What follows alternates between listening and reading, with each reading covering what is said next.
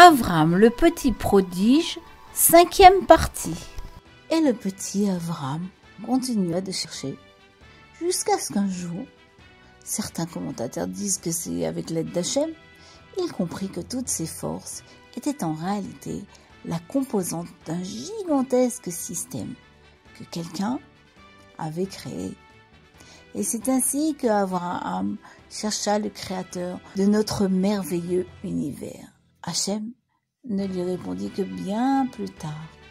Le temps passa encore et le petit Avram grandit.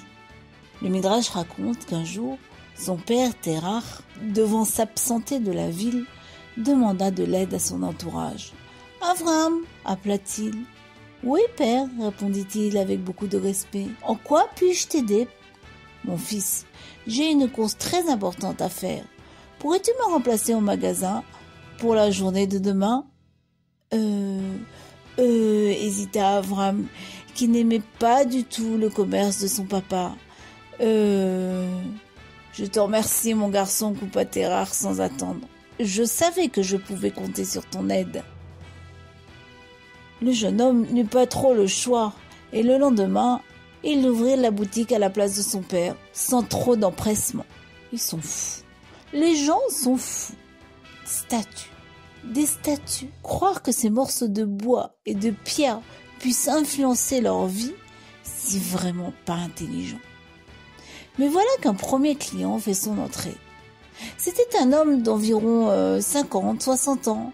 « Bonjour, je voudrais acheter une idole puissante qui pourrait me protéger de tous mes ennemis. Je la servirai comme il se doit. Tout ce qu'elle exigera, je lui fournirai. » Le jeune Avram le regarda un peu éberlué. Cette personne avait pourtant l'air intelligente. « Alors ?» insista le client. « Qu'avez-vous à me proposer ?»« c'est-à-dire, répondit le jeune homme très embarrassé. « peut-être celle-ci elle est très jolie, n'est-ce pas ?» « Oui, en effet, elle est vraiment jolie, mais est-elle efficace contre les ennemis ?»« Efficace elle est bien jeune, vous savez.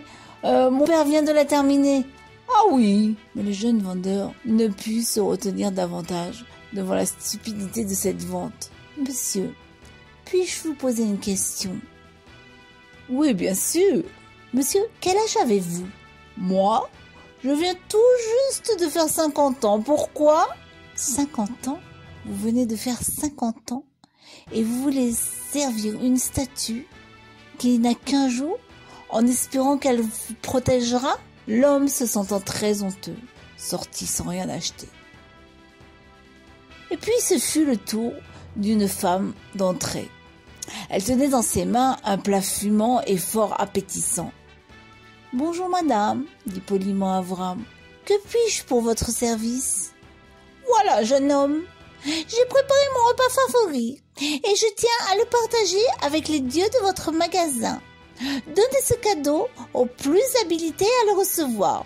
Je vous fais confiance. » Et elle sortit comme elle était entrée. Le repas dans les bras, le vendeur ne sut comment réagir.